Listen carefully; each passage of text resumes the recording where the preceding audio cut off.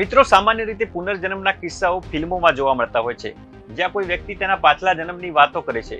જો કે આવો જ એક કિસ્સો બનાસકાંઠાના નાનકડા ખસા ગામમાં સામે આવ્યો છે, જ્યાં ગરીબ શ્રમિક પરિવારની બાળકીએ પોતાનો પુનર્જન્મ થયો હોવાનો દાવો કર્યો છે.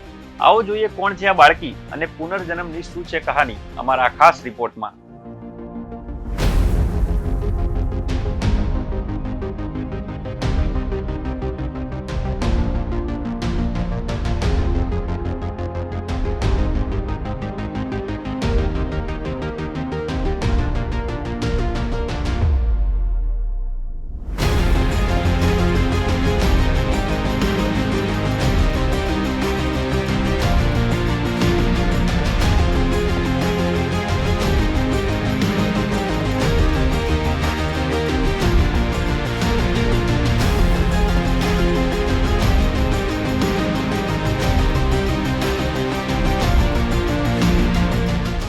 ફિલ્મોમાં સાંભળવા મળતી પુનર્જન્મની વાત જાહેર જીવનમાં સાંભળવા મળે તો જરૂર નવાઈ લાગે.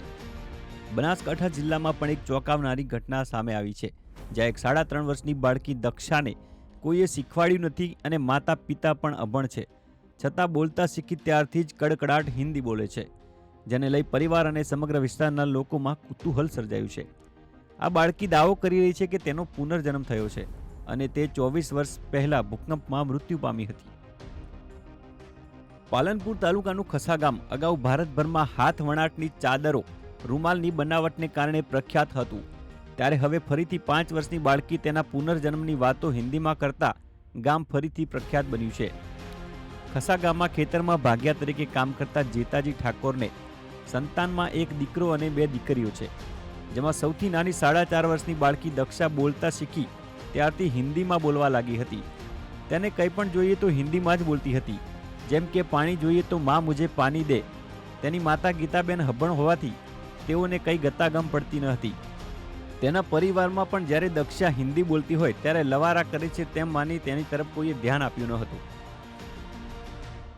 થોડોક સમય જતાં સ્કૂલે જયા વગર, કોઈપણ પ્રકારના મોબાઈલ, ટીવી, સિનેમા કે સોશિયલ મીડિયાના માધ્યમ જોયા વગર, આજુબાજુ કોઈપણ પ્રકારનો હિન્દીનો માહોલ ન હોવા છતાં દક્ષા હિન્દી બોલવા લાગતા સૌ અચંબામાં મુકાયા હતા અને તેની પૂછપરછ કરતા ભગવાને તેણે અહીં મોકલી છે અને તે અંજારમાં હતી અને તેનું નામ પ્રિંજલ હતું. તેના માતા પિતા પણ અંજારમાં હતા અને ભૂકંપ વખતે ધાબુ પડતા તે મૃત્યુ પામી હોવાનું પણ રટણ કરે છે. પુનર્જન્મની વાતોથી તેમજ ફાંકડું હિન્દી બોલતી દક્ષા ભણી ગણીને સૈન્યમાં જોડાવાની પણ વાત કરી રહી છે. જોકે દક્ષાનું કહેવું છે તે અંજારમાં હતી અને સ્કૂલેથી પરત આવી હતી જ્યારે મકાનનું ધાબુ પડતા તેનું મૃત્યુ થયું હતું. આ બાળકી જણાવે છે કે પિતા કેક બનાવવાની ફેક્ટરીમાં એટલે કે બેકરીમાં કામ કરતા હતા અને તેઓ લાલ કલરના કપડાં પહેરતા હતા, તો તેની માતા ફૂલવાળી સાડી પહેરતી હતી. કોઈ દિવસ તે ડ્રેસ પહેરતી હતી. અંજારમાં તેનું મોટું મકાન હતું. તેના માતા પિતા તેને બહુ જ પ્રેમ કરતા હતા. જો કે હવે તે ફરીથી અંજાર જવા માંગતી નથી. તે અહીં જ તેના ભાઈ બહેન અને માતા પિતા સાથે રહેવા માંગે છે. માસૂમ દક્ષા તેના આગલા જન્મના માતા પિતાનું નામ કે તે અંજારમાં કઈ જગ્યાએ રહેતા હતા તે યાદ ન હોવાનું કહી રહી છે. આજના આધુનિક જમાનામાં પુનર્જન્મની વાત કોઈના ગળે ન ઉતરે તે સ્વાભાવિક છે, પરંતુ જે રીતે આ બાળકી કોઈ પણ ભૂલ વગર કડકડાટ હિન્દી બોલી રહી છે તે વાત અનેક સવાલો ઊભા કરી રહી છે. बेटा क्या नाम था? मेरा नाम तो अभी दक्षा है इधर। और पहले तू कहाँ थी? पहले अंजार में थी। अंजार में क्या नाम था तेरा? अंजार में पिंजल नाम था। पिंजल नाम था। तब वहाँ तुम क्या करती? वहाँ हम्म, वहाँ खेलते, केक बनाते। ठीक है। मम्मी पापा क्या करते थे? वो तो नहीं पता। नहीं, उधर क्या नौकरी करते थे मम्मी पापा? मम्मी पापा पापा तो ऐसे नौकरी करते थे, केक बनाने की। केक बनाने की। और क्या हुआ था तेरे साथ उधर? वहाँ मैं मर गई थी। कैसे मरी थी? मेरे ऊपर एक बड़ा सा ढाबा गिरा था। ढाबा कैसे गिरा था? घर पे गम हुआ था। धरती कब हुआ था? कब हाँ? हुआ था? 2 साल में। उस समय। और मम्मी पापा भी साथ में उस टाइम मर गए थे? नहीं, तो उस टाइम खाली मैं ही मरी थी। तो मम्मी पापा किधर थे तब? तब वो तो अपना काम कर रहे थे। काम कर रहे थे, तू घर पे थी? हाँ। तब तू कितने साल की थी उधर? तभी तो इतने साल की थी। कितने साल की थी? छोटी थी बड़ी? बड़ी थी या छोटी? थोड़ी बड़ी हुई थी। थोड़ी बड़ी हुई थी। और पढ़ने जाती थी? हाँ, बाल मंदिर में जाते बाल मंदिर में जाते हो? सही सही। और क्या बोलता हूँ उधर, तेरा मम्मी पापा का नाम क्या था? वो नहीं पता। नहीं पता, बराबर। तो अभी इधर आई है, दूसरा क्या मालूम है तेरे को उस जन्म का? दूसरा कुछ नहीं मालूम। कुछ तो मालूम होगा ना, तू कैसे घूमती थी, किधर खेलती थी उधर? दूसरा कुछ नहीं मालूम, बताया ना। तेरे साथ दोस्त, तेरा कोई दोस्त है? हाँ, मेरे बहुत दोस्त थे। दोस्तों का नाम दोस्त का नाम है? दोस्तों का नाम था अपना, उन्हों को याद नहीं है। याद नहीं है? नहीं। और 4.5 વર્ષની દક્ષા તેના ભાઈ બહેન સાથે ગુજરાતીમાં નહીં પણ હિન્દીમાં જ વાત કરતી હોવાથી તેમજ તેને ગુજરાતી બોલતા ઓછું આવડતું હોવાથી પરિવાર પણ મુશ્કેલીમાં મુકાયો છે. દક્ષાના પિતા જેતાજી ઠાકોરનું કહેવું છે કે મારી દીકરી હિન્દીમાં વાત કરતી હોય અમને પણ અચૂકતું લાગતું હતું, પણ અમે વધુ ધ્યાન આપતા ન હતા. જોકે જેમ જેમ તે મોટી થતી ગઈ અને સતત હિન્દીમાં વાત કરતી ત્યારે અમે તેને શાંતિથી બેસાડીને પૂછ્યું તો તેણે અંજારમાં ભૂકંપમાં તેનું મોત થયું હોવાનું રટણ કર્યું હતું, જેથી અમે તેની વાત સાંભળી અને અચંબામાં મુકાઈ ગયા છીએ. અમારા ઘરમાં ટીવી નથી કે અમે તેને મોબાઈલ પણ આપતા નથી. તે ભણવા સ્કૂલે ગઈ નથી તો પણ તે સતત હિન્દી બોલી રહી છે. આમ કોઈ કુદરતનો સંકેત હશે, તેનો પુનર્જન્મ છે કે નહીં તે ભગવાન જાણે. જો તેના પાછળના જન્મમાં માતા પિતાના નામ બોલે તો તે વિશે તપાસ પણ કરીએ, પરંતુ તેને તે વિશે પણ કે 2 વર્ષની બોલવા શીખી હતી એટલે આ થોડી હિન્દી બોલતી, પણ અમારા મનમાં એમ હતું કે બોલવા શીખે એટલે કોઈ ધોને પર લીધું નહીં આનું. પણ જેમ એની ઉંમર થવા મળી એમ પાવરફુલ હિન્દી બોલવા મળી એટલે બધા લોકો કે થોડી હિન્દી બોલે છે. એટલે મેં 2 જણાને પૂછ્યું એટલે તેને ફોલાને પૂછવા થોડી શું કહેવા માગે છે.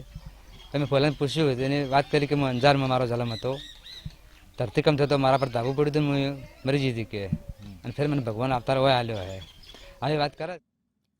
દક્ષા ઠાકોર સતત હિન્દી બોલતી હોવાથી તેની અભણ માતાને કંઈ જ ખબર પડતી ન હતી. તેની માતાનું કહેવું છે કે તેમની દીકરી 3 વર્ષની હતી ત્યારથી હિન્દી બોલે છે, પરંતુ તેઓ અભણ હોવાથી કંઈ ખબર પડતી ન હતી.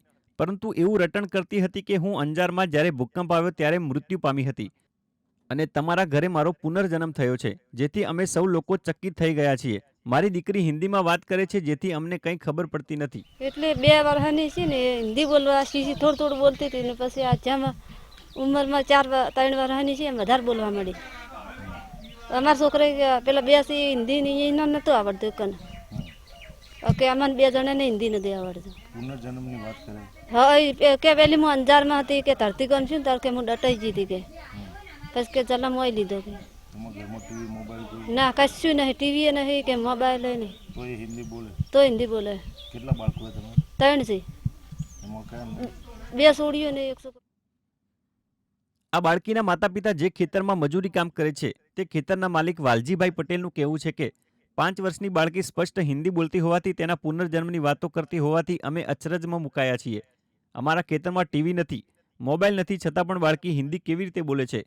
કચ્છના અંજારની વાતો કરે છે, જેનાથી ગામ લોકો પણ પુનર્જન્મ હોય છે કે નહીં તેને લઈ વિચારમાં મુકાયા છે.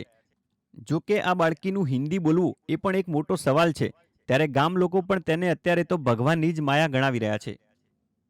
આ જે બીબી છે મારા ખેતરમાં રહે છે, એના બાપા મારા ત્યાં ખેતી કામ કરે છે, અને આ બીબી જ્યારથી 6 મહિનાની તે મારા ફાર્મ ઉપર આવેલી છે, અને જે 3 વર્ષની થઈને ત્યારથી પાવરફુલ હિન્દી બોલે છે અને એના પુનર્જન્મની વાત કરે છે. આજે એ બીબી 4.5 વર્ષની થઈ છે, પણ પાવરફુલ હિન્દી બોલે, ગુજરાતી એને બોલતા ખાસ આવડતું જ નહીં. આ સંસારમાં પુનર્જન્મ હોય કે નહીં તેના પર અનેક સંચયો છે. જો કે તેને લઈને પાલનપુરના જાણીતા મનોચિકિત્સક જણાવી રહ્યા છે કે પુનર્જન્મ હોય છે, અને આ બાળકી તેની આજુબાજુ કોઈ હિન્દી ભાષાનું વાતાવરણ નથી, કોઈ ટીવી કે મોબાઈલ નથી તો પણ હિન્દી બોલે છે, તે પુનર્જન્મ હોવાનું દર્શાવે છે. ડૉક્ટર બ્રેન વ્હાઇટ જે 1944માં અમેરિકામાં જન્મ્યા હતા, તેમણે પણ પુનર્જન્મ શક્ય હોવાનું અનેક સંશોધનમાં કહ્યું છે, અને તેના ઉપર તેમણે અનેક પુસ્તકો લખ્યા છે. ભાગવદ્ ગીતામાં જ પુનર્જન્મની વાત લખી છે. આ પુનર્જન્મનો કિસ્સો હોય તેવું કહી શકાય છે. ઓકે, મારું નામ ડૉક્ટર દેવેન્દ્ર ચૌધરી, હું સાયકેટ્રિસ્ટ છું. ધ્યાન હોસ્પિટલ પાલનપુરમાં છેલ્લા 15 વર્ષથી હું પ્રેક્ટિસ કરું છું. ખસા ગામની બાળકીનો જે કિસ્સો જાણવામાં આવ્યો છે, જે 4 વર્ષની બાળકી છે અને ફ્લુઅન્ટલી હિન્દીમાં વાતચીત કરે છે, તો તેના વિશે મારો અભિપ્રાય એ છે કે બાળકીને જ્યારે હિન્દીનું કોઈ એક્સપોઝર નથી, આજુબાજુમાં કોઈ હિન્દી બોલવાવાળું નથી, એની પાસે મોબાઈલ ટીવીનું એસેસ નથી, તો બાળકી હિન્દી ક્યાંથી શીખી? તો આપણે કહી શકીએ કે આ એક પુનર્જન્મનો કિસ્સો છે. બ્રેન વાઇઝ ડૉક્ટર જે સાયકેટ્રિસ્ટ છે, અમેરિકાની અંદર પ્રેક્ટિસ કરે છે.